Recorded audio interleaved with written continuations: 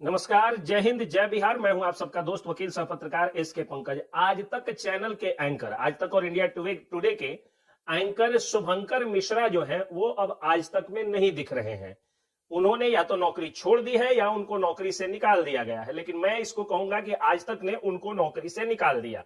हालांकि शुभंकर मिश्रा का कद अब आज तक चैनल से भी आगे जा चुका था, इसलिए यह कहना कि आज तक की उतनी औकात है कि आज तक अब वैसे एंकर को निकाल दे, ये मुझे लगता है कि उस एंकर का अपमान करने जैसा होगा। लेकिन शुभंकर मिश्रा जी अगर मुझे सुन रहे हैं तो उनसे माफी मांगते हुए मैं ये कहना चाहता हूं कि अगर एम्प्लॉयर लोग ऐसा सिचुएशन क्रिएट कर देते हैं कि एम्प्लॉय को वहां से छोड़ना पड़े तो इसे निकालना ही कहा जाता है। और ये एम्प्लॉयर्स की एक साजिश भी होती है कि ऐसा सिचुएशन क्रिएट कर दो, ऐसी ऐसी शर्तें दे दो, ऐसा वातावरण क्रिएट कर दो कि एम्प्लॉय को छोड़ना पड़े। और इस तरह की दोहरी मानसिकता, इस तरह के दोगले कुकृत्य के कारण वह एम्प्लॉयर ऊंचे आसमान से धीरे धीरे नीचे गिरते गिरते गिरते गिरते एक दिन बर्बाद हो जाता है। आप लोगों ने देखा होगा, मैंने भी खुद देखा, मेरे अगल बगल में कुछ ऐसे लोग हैं, जब मेरा जन्म हुआ तो उनको 300 बीघा जमीन था, आज उनके पास 3 बीघा जमीन बची हुई है। इसके पीछे कारण क्या था कि उनके जो एम्प्लॉइज थे, जिन्हें पारंपरिक रूप से जन्ना, जुटी, आदमी, जन इत्यादि कहा जाता है, वो सभी संतुष्ट नहीं थे। और कोई भी ऑर्गेनाइजेशन, कोई भी संस्था या कोई भी प्रतिष्ठान, संस्थान जो है वो खुद मालिक नहीं चला पाते हैं, उसको वहां के एम्प्लॉइज चलाते हैं। और उन्हीं एम्प्लॉइज का जब मान होता है या उनका शोषण होता है तो फिर एम्प्लॉयर की बर्बादी की नई कहानी शुरू होती है। शुभंकर मिश्रा मामले में क्या हुआ? शुभंकर मिश्रा जितने भी अच्छे अच्छे मुद्दे देश में आते थे, जो इश्यूज वायरल होते थे या जिन इश्यूज के बारे में लोग उनसे सुनना चाहते थे, वो अपने फेसबुक पेज पर डाल देते थे और घंटों में ही मिलियंस उनको जो है वो लोग सुनने लगते थे और कई मिलियन लोग उनको सब्सक्राइब कर चुके थे, फॉलो कर चुके थे। तो जब एक घंटे में 10-10 लाख लोग शुभंकर मिश्रा के सिर्फ विचारों को सुनते थे और आज तक चैनल को लोग जो है उतने नहीं सुनते हैं, तो फिर आज तक वालों को जलन हुआ, उनकी जली, उनकी फटी, उनका छाती उनकी फटने लगी। और छाती फटने के बाद क्या हुआ कि शुभंकर मिश्रा के सामने ऐसी परिस्थितियां क्रिएट की गई कि शुभंकर मिश्रा अब आज तक में काम नहीं कर रहे हैं। तो देखिए, ये जो घटना हो रही है, इससे साफ साबित होता है कि आज तक के बर्बादी के दिन अब शुरू होने वाले हैं। और आप लोग लिख करके रख लीजिए कि अगले 3 साल में देश का सर्वश्रेष्ठ चैनल अब सर्वाधिक कम देखा जाने वाला, सबसे कम देखा जाने वाला चैनल बन जाएगा। यह आज मैं भविष्यवाणी कर रहा हूं क्योंकि मेरा अनुभव बताता है। मैंने देखा कि सीबीएसई स्कूल जब नए नए खुल रहे थे बिहार में, तो मैंने देखा कि कुछ स्कूल्स वाले कहते थे कि मेरे जो शिक्षक होंगे उनको मैं 3,000 रुपए के बदले में, आज के हिसाब से मैं कहता हूं कि उनको मैं 20,000 के बदले में 30,000 दूंगा, लेकिन उनको ट्यूशन नहीं पढ़ाना है। और कुछ जो मालिक थे वो कहते थे कि मैं 20,000 के बदले में आपको 15,000 दूंगा और आप जितना चाहे ट्यूशन पढ़ा लीजिए। कई तो इतने अच्छे मालिक थे कि कहते थे कि स्कूल के बाद में आपको रूम रेंट पर भी लेने की जरूरत नहीं है, हमारे स्कूल में ही पढ़ाइए। इसके लिए वे लोग जनरेटर भी देते थे, जनरेटर की सुविधा भी देते थे, पंखा देते थे, पूरा क्लासरूम देते थे, वेल इक्विप्ड क्लासरूम, उसमें पढ़ाइए और पढ़ा करके अपना प्राइवेट ट्यूशन से आप जितना पैसा कमा सकते हैं कमाइए। और उसका नतीजा यह हुआ कि जब उस शिक्षक की आर्थिक और सामाजिक स्थिति अच्छी हुई, जब आर्थिक स्थिति अच्छी होती है तो सामाजिक स्थिति भी अच्छी होती है, तो एक सफल व्यक्ति से ही लोग जाकर के पूछते हैं कि मुझे अपने बच्चे को अगर सफल बनाना है तो कैसे, मैं उसे कहां पढ़ाऊं। तब वे लोग चूंकि अपने स्कूल संचालकों से वे लोग ऑब्लाइज थे, कृतज्ञ थे उनके प्रति, तो वो लोग उस स्कूल का नाम रख दिया और वो स्कूल ऊंचे आसमान पे पहुंच गया और उसके शिक्षक भी करोड़ों की संपत्ति अर्जित किए। शिक्षक भी खुश, स्कूल भी खुश और बच्चों को भी दिल से शिक्षक स्कूल में पढ़ाते थे, इसलिए कि मैं अच्छा पढ़ाऊंगा तो ये बच्चे मेरे प्राइवेट ट्यूशन में भी जाएंगे अगर पढ़ाई से संतुष्ट होंगे तो। और इस तरह से शिक्षक, बच्चा, अभिभावक और स्कूल सबको फायदा हुआ। और बच्चों को, अभिभावकों को भी होम ट्यूशन का 3 से 5,000 8,000 रुपए दे करके, और वो मतलब भारी भरकम पैसा देने से अच्छा लगता था कि 300-200 रुपए महीने का दिए और बैच में जाके बच्चे अच्छी पढ़ाई ग्रहण कर लेते थे। तो ये स्थिति हो गई कि शिक्षकों का भी की आर्थिक स्थिति अच्छी हुई, आर्थिक स्थिति अच्छी हुई तो सामाजिक स्थिति अच्छी हुई, स्कूल को भी लाभ हुआ, भारी संख्या में बच्चों का एडमिशन हुआ और अभिभावकों को लाभ हुआ कि 3 से 5,000 के बदले 2 से 500 रुपए के महीने में काम चलने लगा, ट्यूशन का जो खर्च होता है। अब दूसरी तरफ वो स्कूल मालिक जो कहते थे कि मैं अपने स्कूल के शिक्षकों को ट्यूशन नहीं पढ़ाने दूंगा, और वो लोग घटिया घटिया राजनीति पर उतर आए थे। करते क्या थे कि जब वो लोग, टाइमिंग स्कूल का था मान लीजिए 8 बजे से 1 बजे तक, तो 1 बजे तक टीचर को जब बच्चे चले जाते थे तभी 2 बजे तक रोक करके रखते थे, लेकिन शिक्षक बेचारा 2 बजे थक के जाके सोता नहीं था, 3 बजे से जाकर ड्रेस चेंज करके 3 बजे से रात के 9 बजे 10 बजे 11 बजे तक होम ट्यूशन पढ़ाता था। तब ये लोग और कुकर्म पर उतर आए और कहें कि जो स्कूलों में एग्जामिनेशन होता है उसकी बंडल के बंडल कॉपी देने लगे, घर जाके चेक करिए, और 2 बजे के बदले स्कूल का टाइम कर दिए वो लोग 7 बजे से लेकर के और लगभग 3 बजे तक, ताकि मेरा टीचर जो है कहीं ट्यूशन ना पढ़ाए और सारा का सारा जो है अपना एनर्जी यहां खर्च करे। लेकिन एनर्जी तब आएगी ना जब पेट में अच्छा अनाज पड़ेगा, पौष्टिक भोजन पड़ेगा। तो ऐसा तो था नहीं, शिक्षक को तो उतना वो लोग पेमेंट देते नहीं थे। सपोज करिए कि शिक्षक को वो 25,000 रुपए महीना का देते हैं, तो उन बेचारों को तो 8,000 7,000 तक का रूम रेंट लगता था, उसके अलावा 3,000 2,000 का बिजली बिल इस तरह लगने लगा, और शिक्षक जो है वो उस स्कूल के प्रति बायस्ड हो गए। और स्थिति यह आई कि मेरे गृह जिला मोतिहारी में एक बहुत बड़े डॉक्टर को बुरी तरह से पिटाई कर दी गई और बहुत बेइज्जत किया गया उनको। और जब बेइज्जत किया गया तो एक शिक्षक जिसके हाथ में हजारों विद्यार्थी होते हैं, किसी विद्यार्थी को शिक्षकों ने नहीं उतारा, बल्कि अपने स्कूल संचालक के पिटाई का शिक्षक मजे ले रहे थे। और इनकी, जबकि ये जो है वो एक बहुत बड़े रूलिंग पार्टी के बहुत बड़े नेता हुआ करते थे, लेकिन फिर भी जो जिन लोगों ने इनकी पिटाई की थी उसका ये बाल भी बाका नहीं कर पाए, उल्टा इनके बॉडीगार्ड को जेल भेज दिया गया। यानी बुरी तरह से फजीहत और बेइज्जती होती है। उसके बाद स्कूल टूट जाता है।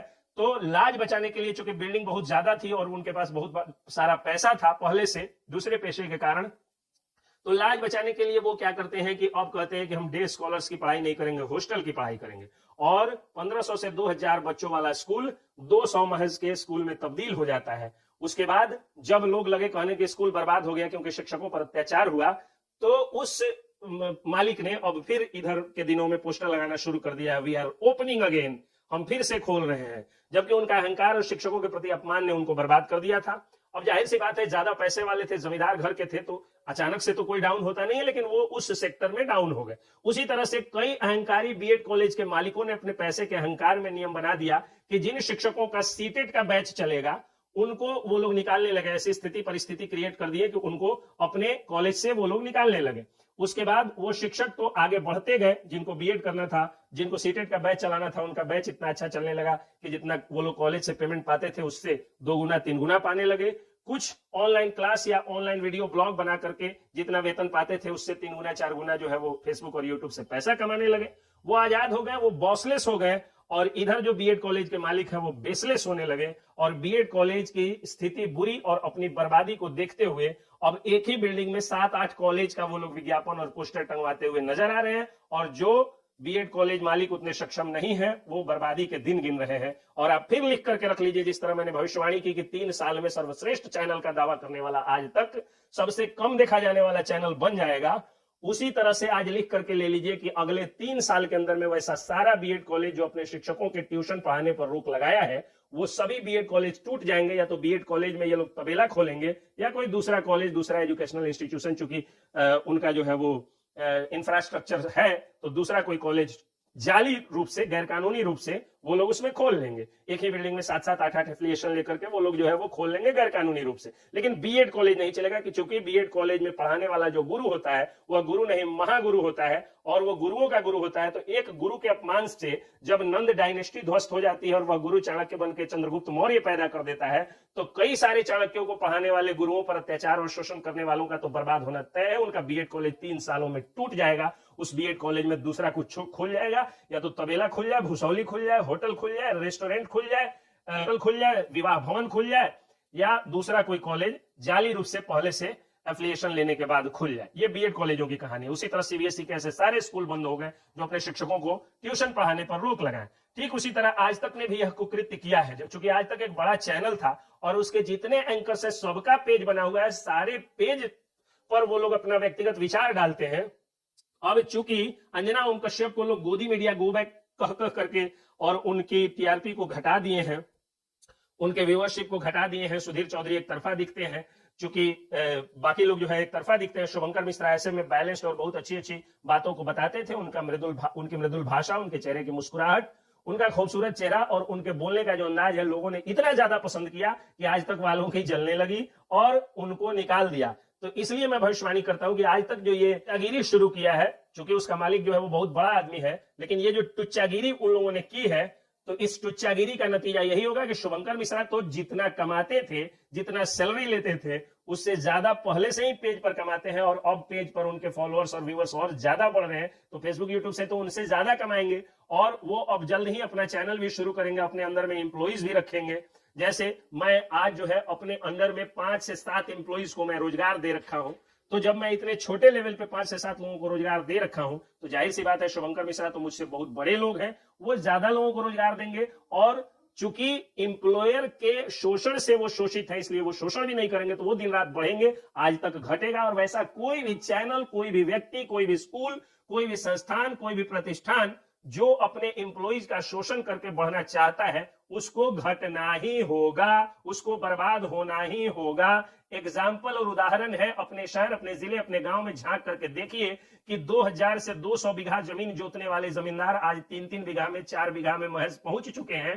तो ये 200 करोड़ के मालिक को 2 लाख में आने में ज्यादा दिन नहीं लगेगा। ये वही धरती है, भारत की धरती है, जहां विजय माल्या और नीरव मोदी, कभी जो है हर्षद मेहता, तो कभी कोई बहुत करोड़ों रुपए कमाए और जिस तरह से बढ़े उसी तरह से ध्वस्त हो गए।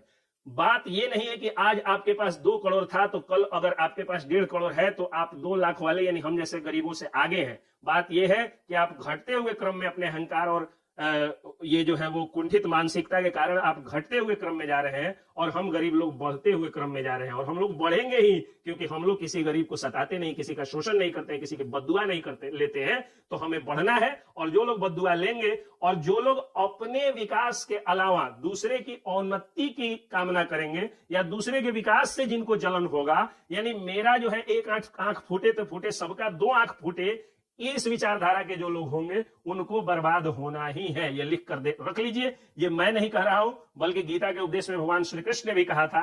और देश का लिखित इतिहास हो या आपके गांव समाज का देखा जाने वाला इतिहास हो, सब यही बताते हैं कि जो जो अपने एम्प्लॉइज के प्रति, अपने जन्ना जुटी आदमी जन या अपने जो रोजगार जिनको दिए उसके प्रति अगर अहंकारी होते हैं, तो उनका अहंकार का नाश होता है, उनको बर्बाद होना ही होता है। ऐसे सभी मालिक लोग, चाहे वो सीबीएसई स्कूल के मालिक हो, बीएड कॉलेज के मालिक हो, चैनल मालिक हो, अखबार मालिक हो, या खेत मालिक हो, दुकान मालिक हो, कोचिंग मालिक हो, कोई भी मालिक हो, अपने एम्प्लॉइज की अगर आप इज्जत नहीं करते हैं, उसको आर्थिक, उसकी संपन्नता के अलावा उसको विपन्नता की ओर ले जाने का अगर आप सपना देख रहे हैं, तो आपको विपन्नता कौन कहे कि दरिद्रता झेलनी होगी। जय हिंद, जय बिहार।